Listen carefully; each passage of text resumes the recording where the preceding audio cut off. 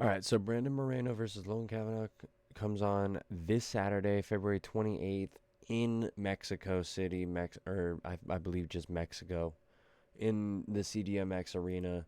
And I'm gonna go through every single fight on the card, starting with the early prelims, ending with the main event. Starting up with Damian Pinez versus Wes Schultz. Honest to God, I think I'm gonna go Wes Schultz on this. I think that although both of them have their debuts, I feel like Wes Schultz has more of a ground game, better submissions on the bottom. Uh, Damian Pinez has only had one fight, only one win. Very athletic, very good boxing, very good stand up, but I don't think he's used to being able on the ground. I think Wes Schultz is able to use his jab, use his submission game, and able to get this probably by second round submission. I'd say either that or decision, unanimous 29-28. Next up, we got Eric Silva versus Francis Marshall. I'm gonna go. I'm gonna go Eric Silva on this one. Honestly, don't know either of these fighters. I'm just basing this off the fact that it's a Venezuelan fighter. Literally same reach, same leg, almost same leg reach. 2 inches more to Francis Marshall, but I feel as though having 9-3, Eric Silva from Venezuela is gonna get this done. Featherweight division. I'm going to say he's going to win by TKO second round.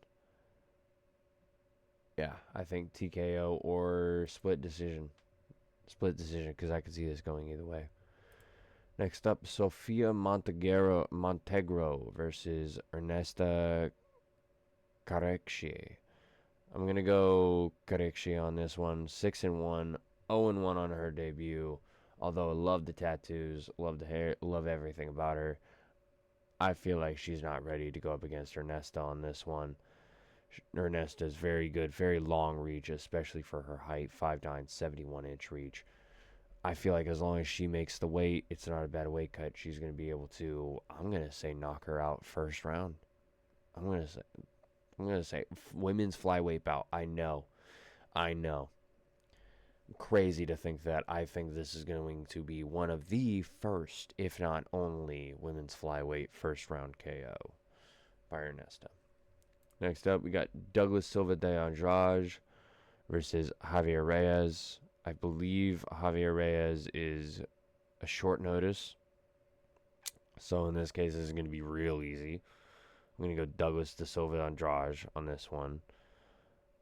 Although long ass leg reach. He's in his debut. He's only had one fight. Douglas has had over 35. Has had 30. No, over 35. 36 because of the no contest. So, I mean, I think, yeah, he's definitely going to get this done TKO first or second round. If he grants this out into a decision, this is going to be a bad look on him. Next up, Christian Quinones versus Chris Montinho. For those of you that don't know, Chris Montinho was the same person that came up on short notice to fight up against Sean O'Malley and got pieced up in that fight. I believe Quinones was a person who lost against Homini Barcelos. A very good fighter in the bantamweight division. I feel as though he's going to get this one. I think they're kind of giving him, I don't want to say an easy fight, but they're giving him an easier fight than what he should be getting at this point. With him being from Mexico, it being in Mexico, I feel like they're going to want Quinones to be able to get this one done.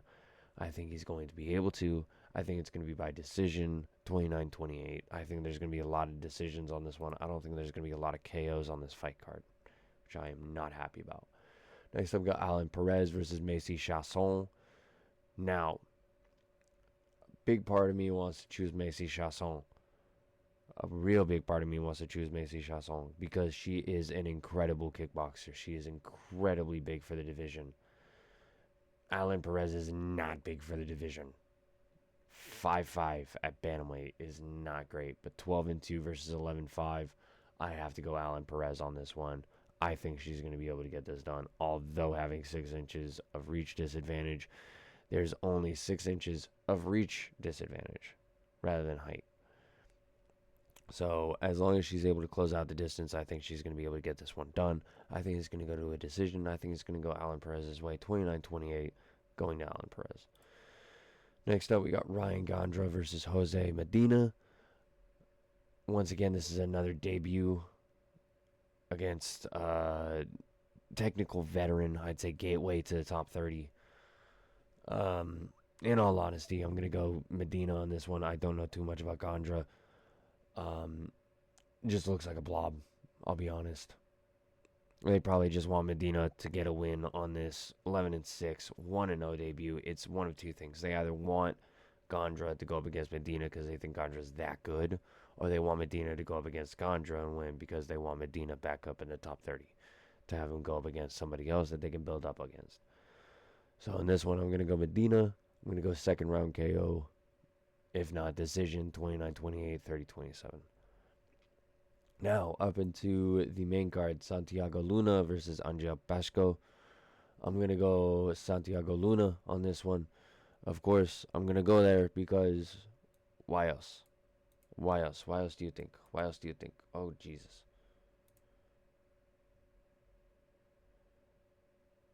Now, I will say another thing too. Pacheco is going down in weight. Usually fighting at 147, he's going down to 135. I don't know how that weight cut's going to affect him. And then you also got to think you have 4 inches of reach advantage, 2 inches of leg reach advantage, and he's undefeated off of a win against Lee. Oh, is that Yosung Lee? Hold on. Yeah, that was on the Noche card. So yeah, it's been quite a while since he fought as well. So I think Luna's going to get this done first, if not second round KO. It really just depends on how Angel has his weight cut. Up next, another debut, Rodriguez versus Borjas. I'm going to go Rodriguez on this one. I feel like he's going to be able to get this one done. Although 125 and having 3 inches of reach disadvantage, I feel like he's got the dog in him to be able to go through with this. 10-4, great fighter in Borjas. Not able to get it done in most of his fights. But he is known to be able to win by knockout, so it's going to be a stand-up fight. So I think Rodriguez is going to be able to get hooks, be able to be the first and third person to land in the exchanges, and then after that, able to go through. It's going to be a 3-round fight, so I think it's either going to be a TKO in the 3rd round, or it's going to be a unanimous decision going Rodriguez's way. Next up, Edgar Chairez versus Felipe Burns. If I'm not mistaken, I think that Edgar Chairez, yes, he fought up against Jan. Which is weird because it doesn't show whether he won or not. Hold on. Yeah, it doesn't show whether or not he won. I think it was a no contest. But either way, really good kickboxer. A little older in age. You know, I mean, he's 12-6, a little bit of a on and off fighter. You don't know what you're going to get. You know you're going to get hard leg kicks. You're going to get hard body kicks. You're going to get powerful Muay Thai-ish strikes with a kickboxing finesse. Felipe Burns, more of a boxer. I believe he went up against, who did he go up against? Estevan Is that Rubovic? No, that's not Rubovic. Yeah, Estevan. Going up against Charles Johnson. He won against Charles Johnson. He lost up against Burns, or lost up against Vaughn.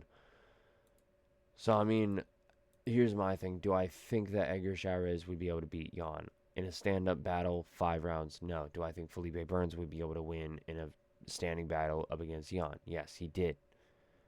Do I think he still could? Yes. So in this case, I'm going to go Felipe Burns on this one. If I was to put my money, if he's going to be an underdog, Edgar Chairez, I'd say above 250, plus 250. Definitely put my money down on live odds on that. Next up, we got King Green versus El Huber. I swear to God, as soon as Bobby Green changes his name to King Green, he's lost every single one of his fights. So, once again, I'm going to think that this is going to go straight to Zellhuber. Really big for the weight division, really long for the weight division, and also 15-3. He's hungry. He wants to get into the top 15. King Green is there mostly for the name. He wants to be able to get back in there. I just don't think he's going to be able to at his age. I think he's, 38, 39 now? It's not going to happen now. So I'm gonna have Zell Huber winning this one, 2nd round, TKO, if not first, if he finds his range. Next up, we got Marlon Vera versus David Martinez. I'm going to go David Martinez on this one. Really good prospect. I think that this is the reason that they really want this card in UFC Mexico. In Mexico. So, I mean, 13-1. Marlon Vera, in a 3-round fight, he is better than in a 5-round. Sorry, I had to yawn. Because he is known to be a type of fighter that builds into a fight as it goes along. But ever since that loss to Sean O'Malley, I don't think he's going to be the same. I think he's still going to be very timid. I don't think he's going to be swinging for the fences. And not to mention, he's coming off of another loss. He's a 2-win, 1-loss fighter. Whereas I think he's going to be... Martinez is going to be going towards the top 15, trying to go towards the title shot towards the end of the year. So I think it's going to be David Martinez winning this one. Decision 29-28. Maybe 30-27. Next up, we got Kavanaugh versus Brandon Moreno for the main event. Now, there's two sides to this. I want Lone Kavanaugh to win because I want him to be in the top 5. I want a fresh name. The only thing is, I haven't seen much about Brandon Moreno in the past, about year-ish. Because before that fight, it was Brandon Morant or Steve Erceg, yeah. So I mean, he is getting in there a lot, but he isn't the same as when he fought Davis and Figueiredo. Whereas I feel like Loner Kavanaugh is going to bring that type of aggression that Moreno saw in the Figueiredo fight. So in this, I'm gonna go Loner Kavanaugh, but if Loner Kavanaugh is not able to get his presence in there in the first 5 minutes, it's going to be Brandon Moreno decision. 50? No, not 50, 45. 46, 47-ish. It's going to be very close. It's going to be maybe a split decision because I think Leonard Kavanaugh is going to get the first 2 rounds, but I think as time goes along, he's not going to be used to having the 5-round pressure of Brandon Moreno and his boxing ability. If he goes to the ground, it's a 50-50 fight. Brandon Moreno is great on the scrambles. Leonard Kavanaugh is good at the submissions. But I think it's just going to go Leonard Kavanaugh's way. So, either way, it's going to be a great fight. I'm excited to see it. After that, I think we have... What do we have after this? Next up, we got Max Holloway versus Oliveira 2. That's going to be a great fight, which I'm not going to be able to cover live. Just going to suck. But it's going to be a great fight, regardless. So, either way, I'm going to head out. I got to head over to work, so I guess I will catch you guys in the next video. Peace.